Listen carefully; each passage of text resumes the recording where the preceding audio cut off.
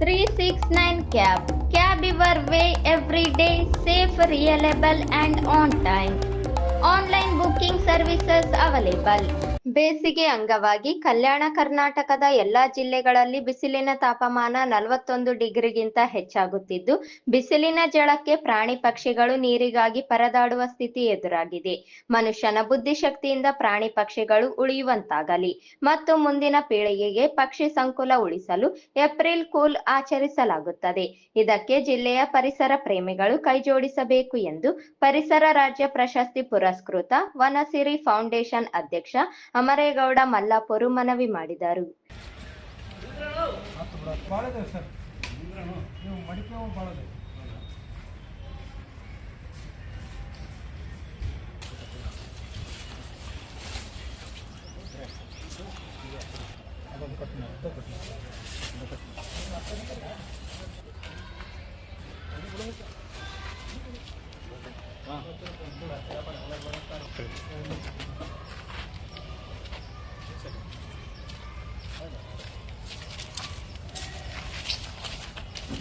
ये गाना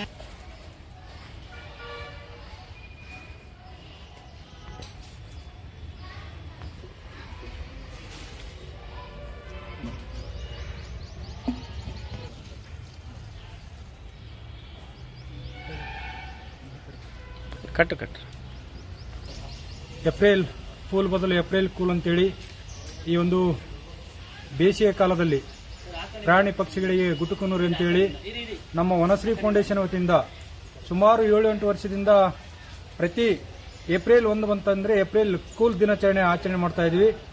ಈ ವರ್ಷ ಕೂಡ ಏಪ್ರಿಲ್ 1ರಿಂದ ಪ್ರಾರಂಭಗೊಂಡಿದೆ.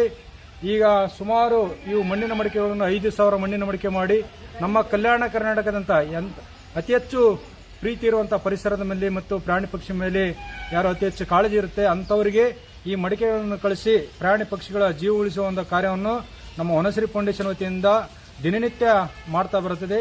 ಈ ದಿನ ಕೂಡ ಪತ್ರಿಕಾ ಭವನದ ಆವರಣದಲ್ಲಿರುವಂತಹ ಎಲ್ಲಾ ಗಿಡಗಳಿಗೆ ಪರಿಸರದ ಒಂದು ಘೋಷಣೆಯ ಬೋರ್ಡ್ಗಳನ್ನು ಹಾಕಿ ಪಕ್ಷಿಗಳಿಗೆ ನೀರು ಉಣಿಸುವ ಕಾರ್ಯವನ್ನು ಮಾಡ್ತಾ ಇದ್ದೀವಿ.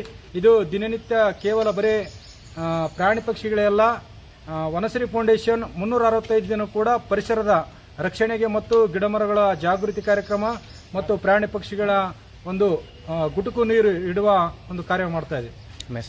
ಅಮರೇಗೌಡ ಮಲ್ಲಾಪುರ ವನಶ್ರೀ ಫೌಂಡೇಶನ್ ಸಂಸ್ಥಾಪಕ ಅಧ್ಯಕ್ಷ. ಈ ಸಂದರ್ಭದಲ್ಲಿ ಚನ್ನಪ್ಪ ಕೆ ಹೊಸಹಳ್ಳಿ, ಮುದುಕಪ್ಪ ಹೊಸಹಳ್ಳಿ ಕ್ಯಾಂಪ್ ಹಾಗೂ ಪತ್ರಿಕಾ ಮಾಧ್ಯಮದವರು ಇದ್ದರು.